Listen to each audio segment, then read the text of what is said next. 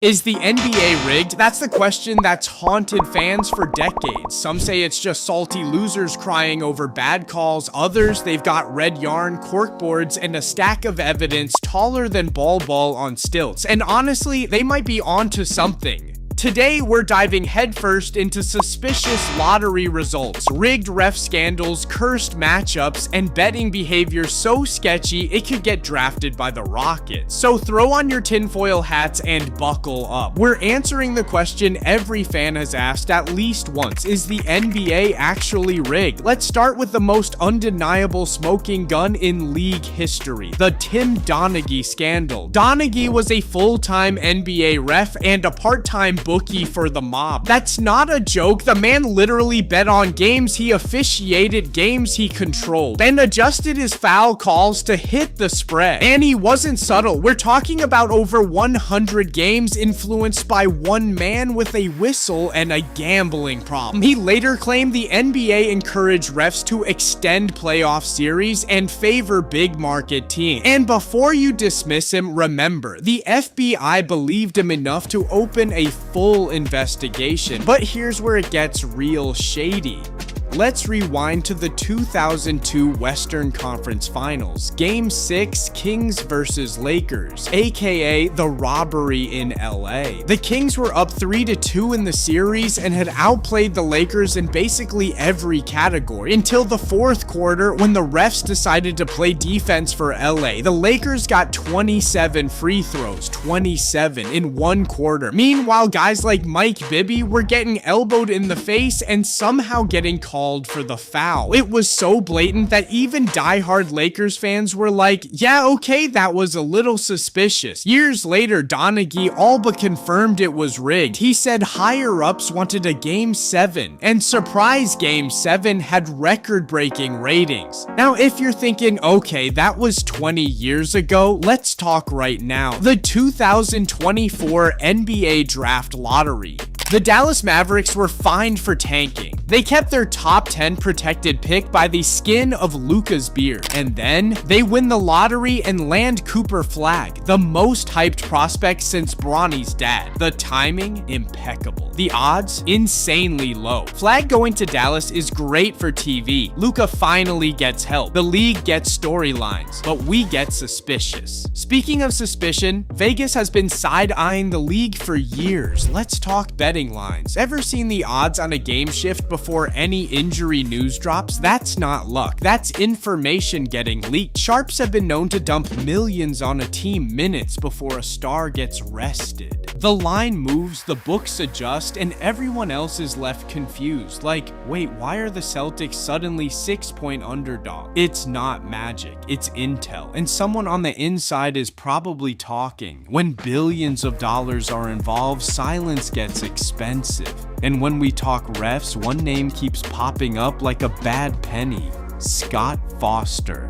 Let me introduce you to the NBA's most cursed duo, Chris Paul and Scott Foster. CP3 is a Hall of Famer, first ballot. But every time Foster officiates one of his playoff games, disaster strikes. He's 0-15. That's not a coincidence, that's a hex. Every time Scott Foster's name appears on the ref sheet, Chris Paul fans start tweeting prayer circles. There are fewer predictable outcomes in basketball than CP3 loses when Foster's in town. And remember, Foster was linked to Tim Donaghy in the original investigation. They were tight, phone calls, suspicious timing, the whole shebang. So if Scott Foster's still reffing playoff games in 2025, don't ask questions, just follow the script. But this goes deeper than just refs and rigged fouls. Let's talk lotteries, like the one in 1985. The Knicks needed a savior. The league needed New York to matter again, and suddenly they land Patrick Ewing, the #1 pick in the first ever draft lottery. The footage, sketchy. Watch it. David Stern reaches in and grabs an envelope that just happens to be slightly bent. Like someone might have frozen it beforehand. Yeah, that happened. The result? Ewing goes to the Knicks, ratings go up, everyone cheers except the 7 teams that got robbed. Still think it's all just coincidence? Let's talk about LeBron James, kid from Akron, local hero. The Cleveland Cavaliers, a struggling franchise with zero buzz, land the #1 pick in 2003, and boom, LeBron goes home. Fairy tale stuff, right? Now flash forward to 2014, LeBron leaves Miami and returns to Cleveland. And what do you know? The Cavs win the lottery again and again, 3 times in 4 years. Andrew Wiggins, Anthony Bennett, Kyrie Irving, all #1 pick. Meanwhile, small market teams with worse records, better luck finding Bigfoot. And speaking of markets, let's break down the bias. The Lakers are the league's crown jewel, so when things start to fall apart, the rebuild happens fast, like suspiciously fast. They trade for Anthony Davis with a haul that would make a pirate blush. They get LeBron, then magically everyone else wants to sign there. Rings follow, parade routes get booked. Meanwhile, the Indiana Pacers are over here drafting G League guys and hoping someone grows 2 inches by training camp. Look at Zion. The Pelicans had a 6% chance at the #1 pick in 2019. The Knicks were tanking hard for Zion. They had the 3rd best odds, and then boom, Zion to New Orleans, the same team that just lost Anthony Davis. Convenient or corporate? Even MJ's retirement in 1993 sparked rumors. Some say it was burnout, others that it was a secret suspension for gambling. The league couldn't afford its biggest star getting outed, so they gave him time off, retirement, and brought him back a hero. Far-fetched, maybe, but this is the NBA. Everything's a storyline. Let's not forget the 2016 finals either. Draymond gets suspended in Game 5 after a retroactive flagrant foul. The Cavs go on to make a historic 3-1 comeback. LeBron becomes a legend, and the NBA gets its most watched finals in a decade. Draymond himself said if he didn't get suspended, they would have won. You be the judge. But hey, if you thought we were done, we're just hitting halftime. Let's dig even deeper into some of the NBA's weirdest moments that make you go, nah, that can't be real, and yet somehow are. Take the 2021 play-in tournament. The NBA needed it to work. They wanted drama. They needed eyeball. And what do we get? LeBron versus Steph in a 1-game showdown with playoff implications. The 2 biggest names in basketball. Was it luck? Maybe. Was it perfect timing? Absolutely. The league launched a brand new format and instantly got a blockbuster preview of the finals. Ratings soared. Coincidence? We'll let the ping pong balls answer that. And speaking of LeBron, his return to Cleveland in 2014 might have been the greatest PR move in NBA history. Not only did the Cavs suddenly get the #1 pick again, but the Heat instantly declined. It was like the NBA was hitting the reset button on 2 entire franchises. LeBron became a hometown hero again. Kevin Love gets shipped in, Kyrie becomes a star, and boom, finals after final. Let's jump back a little more to the 1997 NBA draft. The Spurs were barely in the lottery. They had a 21.6% chance to win the #1 pick, and guess what? They did just in time to draft Tim Duncan, one of the greatest power forwards of all time. David Robinson was injured that season, then fully healthy the next year. Popovich becomes head coach, and the Spurs become a dynasty, all from one very well-timed injury and a little lottery luck. Now let's talk referee assignments. In the 2018 Western Conference Finals, Rockets versus Warriors, Game 7, Houston missed 27 straight 3-pointers. Yeah, that's not a typo, 27 in a row, but that's not the shady part. The Rockets later released a report showing that refs missed 18 calls in that game, all favoring Golden State, 18 in a single game. They said if even half of those were corrected, they would have won, but the league didn't respond. They just moved on like nothing happened. Like 27 bricks in a row was normal. Never wonder why certain teams always seem to land right where the NBA needs them, like when the Bulls lost Derrick Rose to injury and magically got the #1 pick, 7 pick 3 years in a row. Not higher, not lower, we're always 7th. Statistically, that's extremely rare, almost like the lottery system was gently nudging them into a slow rebuild, not a full one. You can almost feel the league picking its heroes and villains each season. Ja Morant starts rising, gets primetime slots, highlight reels, and then suddenly the league turns cold. Off-court issues become headlines, suspensions hit. The NBA controls the narrative like a DJ controls the aux cord. Who gets hype, who gets skipped. Think about it. Why do the Celtics and Lakers always find a way back to the top? Why does the NBA randomly switch the draft lottery format right before Zion entered the league? Why do some fouls get reviewed in crunch time and others don't? Because chaos sells, but controlled chaos sells better. Even the NBA's media machine plays a role. Certain stories get pushed, others disappear. Stars are protected, coaches are blamed. Small market dynasties rare. Big market rebounds routine. The NBA doesn't just broadcast games, it manufactures narratives. And honestly, we're all part of it. Every unbelievable moment might have been gently guided. Every underdog story might have been greenlit. Every dynasty might have had a little help from the top. But that's what makes it addictive. Even if the NBA is nudging outcomes behind the scenes, it's doing it in style. Where else can you get buzzer beaters, super teams, villain arcs, and dramatic playoff collapses all in one play? It's Shakespeare in sneakers, Broadway in basketball shorts, and maybe, just maybe, we don't want it to be 100% pure. Maybe we like the drama. Maybe we love the chaos. Maybe deep down we need it to be a little rigged, because if every Cinderella story is real, then the NBA is magic. And if it's rigged, then it's the most beautifully orchestrated show on earth. The truth is, big markets bring money. The NBA isn't just basketball, it's business. And business is booming when teams like the Lakers, Knicks, and Celtics are competitive. So is it rigged or just strategically managed? The league doesn't need to rig every game, it just needs to steer the ship. Nudge things, set up storylines. LeBron's dramatic return to Cleveland. Steph versus LeBron in 4 straight finals. KD joining the Warriors after a 73-win season. These aren't just games, they're content. And the NBA is the best reality show on TV. Here's the real answer. Yes, the NBA probably isn't rigged in the WWE sense, but is it manipulated for drama, ratings, and profit? You better believe it. Refs call games differently depending on who's playing. Stars get superstar called. Lottery balls bounce just right for certain franchises. And some matchups feel just a little too perfect. It's not about who deserves to win, it's about who's good for business.